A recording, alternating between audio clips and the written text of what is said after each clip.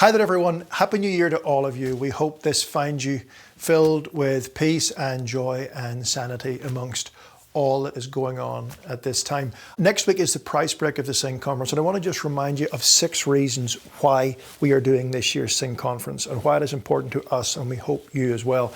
Number 1, Christ, our hope in life and death, prayers and confessions. The title of this year's conference is part of a wider campaign starting in May with the launch of the Christ, our hope in life and death song, which Kristen and Michael W. Smith have recorded together, as a year-long campaign to encourage people to get back to church, to get involved in public worship. And the conference starts with a pop, with John Piper tackling that very subject. And over 3 days at the Opryland Hotel, all of us under one roof, we hope and pray you will enjoy the fellowship and joy and stimulation of being together, finishing with Kristen's uncle, John Lennox, on the final day. Number 2, the conference is called Prayers and Confessions, the importance of public prayer. We are deeply concerned, nay, terrified, at some of what we are seeing in public prayer in churches.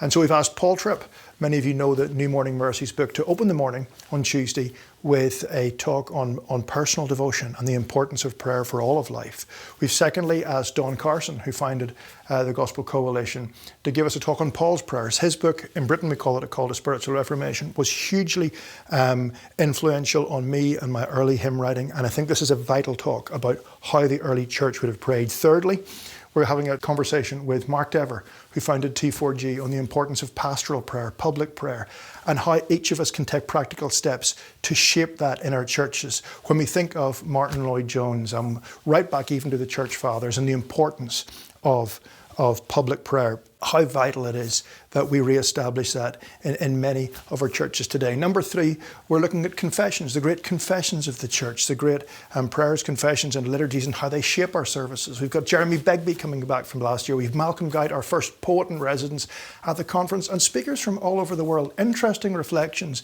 in all of this on how the global church and our sponsors, Voice of the Martyrs, what it means to gather and be God's people. Number 4, this year we are particularly excited about the seminar program. Let me just read you. Matt Merker just sent me through.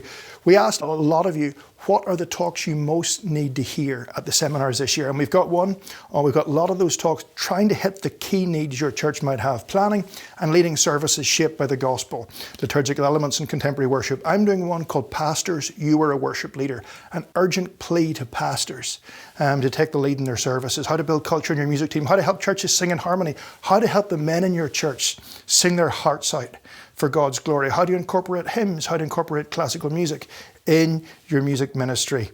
Lots of these key subjects that we're going to be looking at and giving you resources to take home and to take away forward with. Number 5, the conference is about inspiration. We have got everything from Handel's Messiah sing-along to Shai Lin and his rap at the other end. We've got concerts at the Grand Ole Opry and a host of our artists from Nashville and beyond coming to share their brilliance at the conference. Finally, it is the Sing Conference. It is about singing. Come and be part of singing many, many of the great hymns of history. Sing Handel's Messiah, sing beloved modern songs, and take lots of new songs that we sing back to your churches, that they can be part of your life. Be part of the choir program if you're missing out at the minute, as many are, on choral singing. Finally, P.S. Consider coming Sunday.